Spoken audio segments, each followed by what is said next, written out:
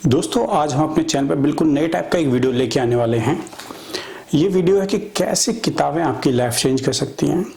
ऐसे ही एक किताब मैंने पढ़ी थी और उसका मेरे जीवन पर काफ़ी अच्छा इम्पैक्ट हुआ और मैं ये गारंटी दे रहा हूँ, अगर आप वो किताब पढ़ेंगे तो आपकी ज़िंदगी में भी काफ़ी चीज़ें अच्छी होंगी और आपको जो सोचने का तरीका है वो काफ़ी हद तक चेंज हो जाएगा। आप देख पा रहे होंगे मेरी साइड में मुझे बुक्स रीडिंग की हैबिट मैंने डाली है। काफ़ी पुरानी लेकिन 1-2 साल से मैंने ये हैबिट खुद में डाली है, क्योंकि अगर आप देखेंगे किसी भी अच्छे जो बिजनेस लीडर हैं या जो लाइफ में सक्सेस हुए हैं उनकी अगर स्पीच आप सुनेंगे तो आप जानेंगे कि उन्होंने अक्सर ये कहा है कि बुक्स पढ़ के ही वो सक्सेस हुए हैं। यानी हर सक्सेसफुल जो पर्सन है उसके पीछे बुक्स हैं, तो आप भी ये पढ़ सकते हैं। लेकिन आज मैं बात करने जा रहा हूँ जो मुझे अब तक जितनी बुक्स मैंने पढ़ी हैं उसमें मुझे बेस्ट बुक जो लगी है और ये बुक बेस्ट सेलर भी रही है। आप इसको ऑनलाइन भी चेक कर सकते हैं। ये बुक है रिच डैड पुअर डैड। मैंने इस राइटर की बहुत सारी जितनी भी लिखी हुई बुक हैं शायद सारी मेरे पास हैं और या तो मैं पढ़ चुका हूँ या पढ़ रहा हूँ, तो आप भी ये बुक पढ़ सकते हैं। रिच डैड पुअर डैड नाम ही आपने सुना होगा। अगर आपने ये बुक पढ़ी है तो आपको पता होगा कितनी बेहतरीन बुक है।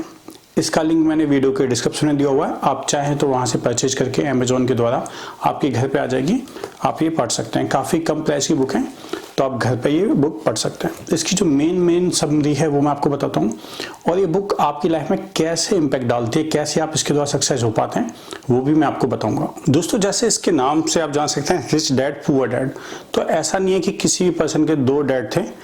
कहानी का सार ऐसे है कि एक जो पर्सन है जिसके जो ओरिजिनल फादर हैं, जो अब उसके जो बायोलॉजिकल फादर हैं वो काफ़ी ज़्यादा एजुकेटेड हैं, हार्ड वर्क हैं, उनकी गवर्नमेंट जॉब है, लेकिन वो पूरी ज़िंदगी पैसे के लिए संघर्ष करते हैं और गरीबी में ही ज़िंदगी जीते हैं। आपको एक किताब पढ़ के काफ़ी चीज़ें समझ में आएंगी जो बेसिकली हमारी जो इंडियन कल्चर है उससे मैच खाती हैं।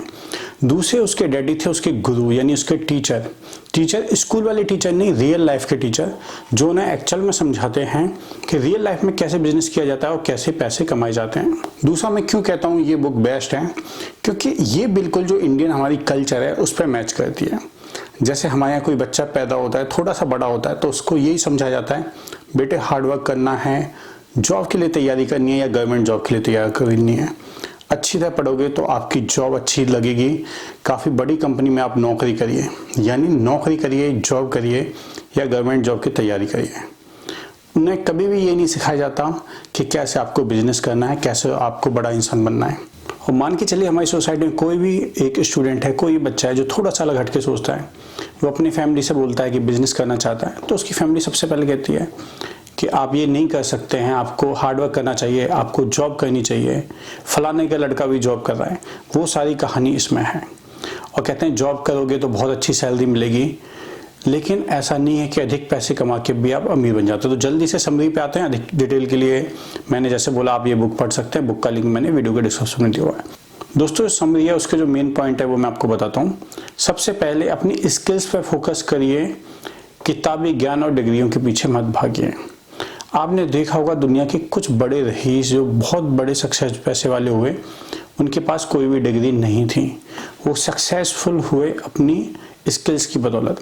दोस्तों हमारे इंडिया में बेसिकली हो क्या रहा है कि बच्चे इंजीनियर्स बन रहे हैं, MBA बन रहे हैं, लेकिन बात करते हैं स्किल्स की तो उनके पास स्किल्स नहीं है। कई बार जब न्यूज़ में हम देखते हैं कि कहीं भी बेरोजगार इंडिया में कोई भी हैं और वो धरना दे रहे हैं तो वो कह रहे हैं कि हमने LLB किया हुआ है, उसके भी आगे उन्होंने PhD की हुई है और वो गवर्नमेंट से कह रहे हैं कि जॉब दिलवाओ। दोस्तों जहां आपको जॉब देनी चाहिए वहीं आप जॉब मांग रहे होते हैं। ये जो बुक है इसी के बारे में। सबसे पहले आपको अपनी स्किल्स के बारे में फोकस करना है। अगर आप इंजीनियर्स हैं, अगर आप MBA हैं, आप MBA करके दूसरे का धंधा बनाएंगे, उसकी जगह आप अपना धंधा बना सकते हैं अगर आप में सही मायने में स्किल्स है या आपने सही मायने में MBA किया हुआ है तो पहला पॉइंट है आपको अपने स्किल्स पर ध्यान देना है। दूसरा पॉइंट है अगर आप सोचते हैं कि अधिक पैसा कमा के आप अमीर बन सकते हैं तो ये बात बिल्कुल गलत है। दोस्तों अगर हम खुद पे भी अगर ये चीज़ें सोचें तो स्टार्टिंग में हम आए थे, हमारी सैलरी काफ़ी कम थी, जैसे जैसे बिजनेस किया हमारे जैसे जैसे पैसे ही बढ़ते गए उसके साथ हमारे खर्चे ही बढ़ते जाते हैं। और आज जो हमारी इंडियन जनरेशन करती है वो क्या करती है, जैसे उनकी सैलरी 50,000 या 1 लाख होती है वो एक अच्छा सा घर ले लेते हैं, 40-50 लाख रुपए लोन पे, एक बड़ी सी कार ले लेते हैं और उनकी पूरी ज़िंदगी इन किस्तों में चली जाती है।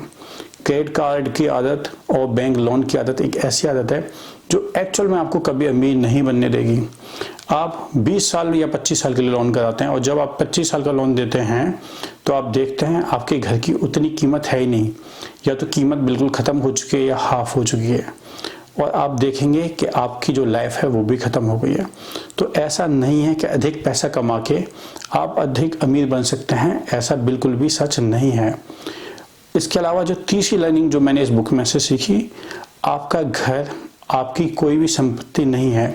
अधिकतर इंडियंस का एक ड्रीम होता है कि उनका अपना घर हो, लेकिन अगर हम सच बात करें तो फिलहाल जो कल्चर है, पहले कल्चर अलग थे कि लोगों के घर होते थे, लेकिन अब बेसिकली फ्लैट कल्चर है, अधिकतर लोग फ्लैट लेते हैं। फ्लैट कोई संपत्ति नहीं है।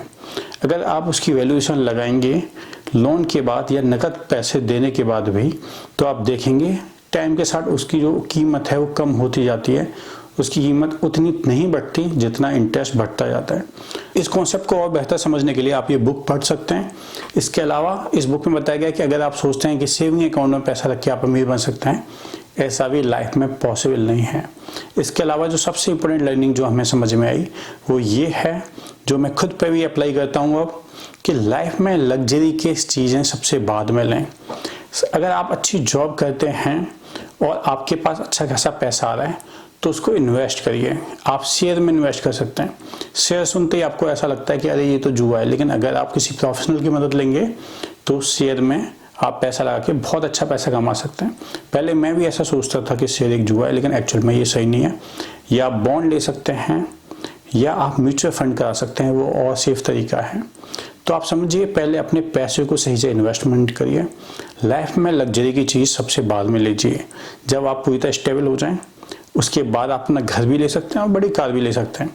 लेकिन सबसे पहले उल्टा होता है, हम सबसे पहले आज के टाइम में बड़ी कार ले रहे हैं, उसके बाद घर ले रहे हैं, और फिर हमारे पूरी लाइफ उसकी किस्तें देते रहते हैं। और जब इस बुक के बताए अनुसार आप लग्जरी की चीज़ें लाइफ में बाद में लेंगे तो आपका जो बिजनेस होगा उसकी किस्तों को ईजिली निकाल सकता है।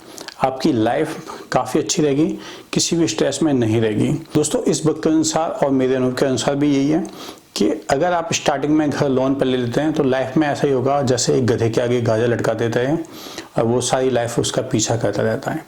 आपको लगता है कि आप अमीर बन रहे हैं, जबकि आपकी पूरी लाइफ इसी में चली जाती है। अधिक डिटेल के लिए आप ये बुक पढ़िए, बहुत ही अच्छी बुक है। बुक को पढ़ने का एक मैं आपको तरीका बता दूं जो मेरा अनुभव है। बुक को 7 दिन या अधिक से अधिक 10 दिन में खत्म करिए। होता क्या है, जब आप एक बुक को 1 महीने, 2 महीने या 3 महीने तक पढ़ते रहते हैं और वो बुक खत्म ही नहीं होती, यानी आपकी जो स्टडी है रेगुलर नहीं है, तो फिर आपको जो उसका कंटेंट है उतनी अच्छी तरह समझ में नहीं आता या आपके ऊपर एक अच्छा इम्पैक्ट नहीं आता। तो मेरी ये आपको एडवाइस है, और आपको अगर लगता है कि मेरी द्वारा दी गई एडवाइस सही है और आपको और बुकों का रिव्यू भी चाहिए तो आप कमेंट के द्वारा मुझे बता सकते हैं। मिलते हैं अगले किसी वीडियो में, तब तक जय हिंद, जय भारत।